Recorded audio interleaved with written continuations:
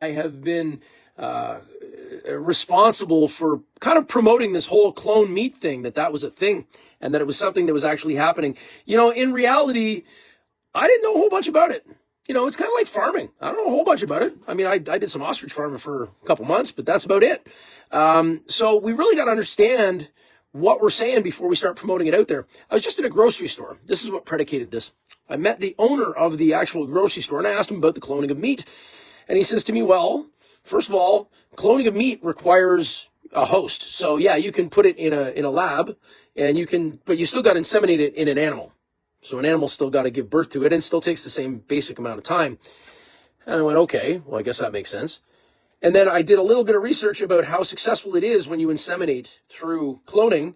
You got a 1 to 10% chance of it taking. So the grocery store guy says, it's not feasible financially to have clone meat. And sure enough, when I looked into it, what probably sparked the whole clone meat thing was that the Health Canada was looking to make an amendment to clone meat to not be classified as a novel food.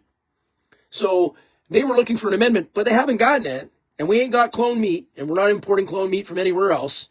And I understood all this because I got to talk to somebody whose business is meat, the grocery store owner. And here is the whole idea here. If we don't know something, we got to go to the source.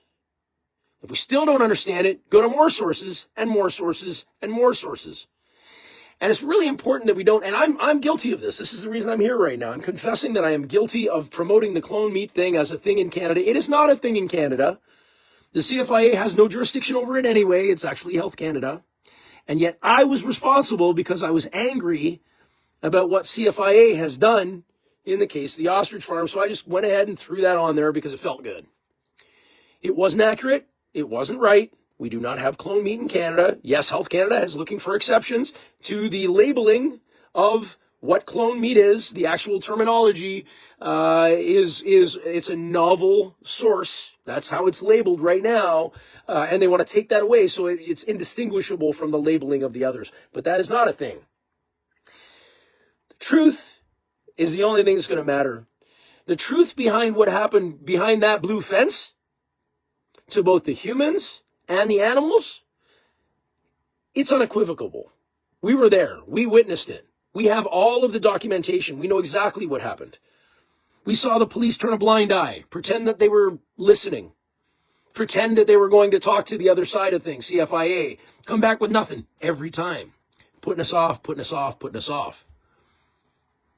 Until eventually they ended up coming in and slaughtering all of the animals in a grotesque fashion. And this is really the crux of the matter.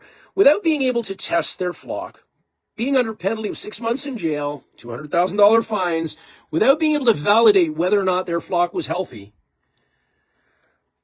the CFIA did this farm a big injustice. And if there was a problem, okay, let's just go down the route that the CFIA was right here and there was illness and it was sitting there and it's just whatever.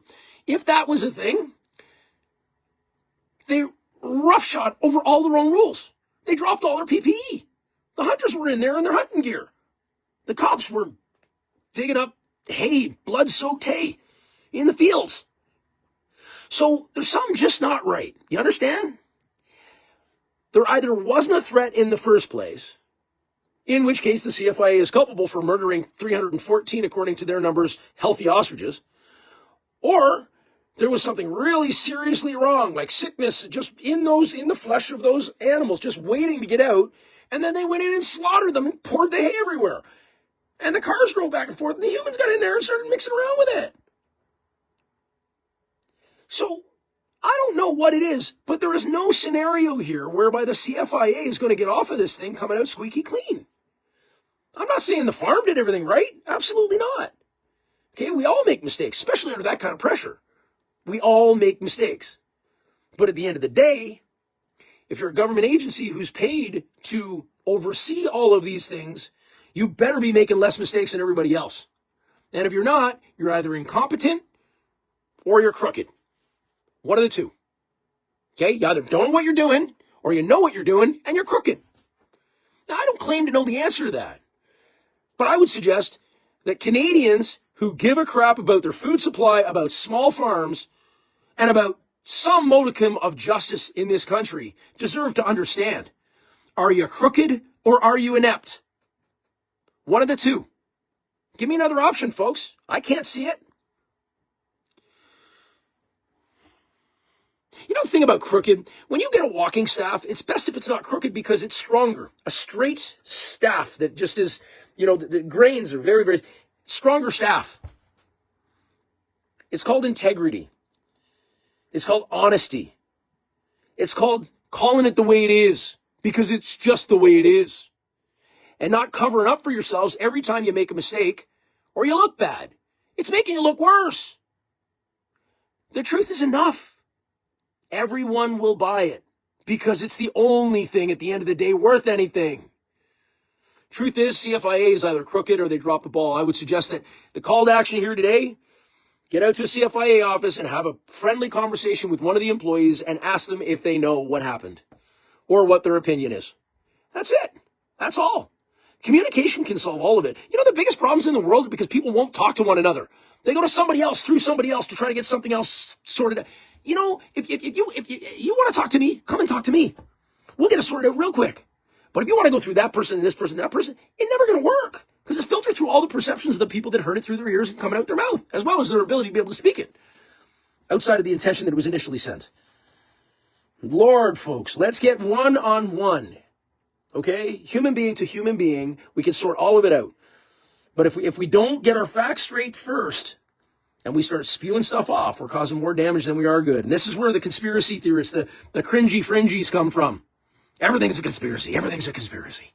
Well, no, it isn't. There are good people in government. Yeah, it's true. Weird, eh? There are good cops. Strange. I get it. But it's just the way it is, man. Humankind can do better than what we're doing right now. And I would suggest as we come together around important issues and start dialoguing with one another, communicating with one another, and helping one another, we can make things better. Okay? We're the ants. They're the crickets. All right? Crickets from them right now. All right. I'll be checking in and ongoing here. We got lots of things in the hopper. Just back at the tiny home now in Ontario. And we're going to be heading back out to Kelowna on the 18th. We purportedly have a court date, but we'll see about that. Who knows? Because KERR and Katie were supposed to have one. They didn't. But we will be in Kelowna, in and around that area. And then we're going to be out in Edmonton for around the 22nd of next month. So we're going to be meeting with all the people out in Alberta, probably right into the new year. So we're going to be meeting with all you Albertans out there. Got something going on, because you see our country's screwed. And they're putting you guys in the West worse than anybody. Poor Coots boys and Pat King and friggin' Tamara and Chris and I think the West is the best. I think it's the only thing that's going to have a chance here in Canada to actually survive in this stuff, whatever it is. And it's a simultaneous effort across the world, folks. Don't think that we're isolated. However, we are isolated in that we got a big geography, a small amount of people, and immigration's coming in like nobody's business. So our culture is being totally dissipated into whatever it's going to be, this transnational state. And we got to somehow find a way to survive together in small groups of people who give a crap about one another, who are willing to tell the truth, give a little bit more than they take, and stand up for something that matters. All right?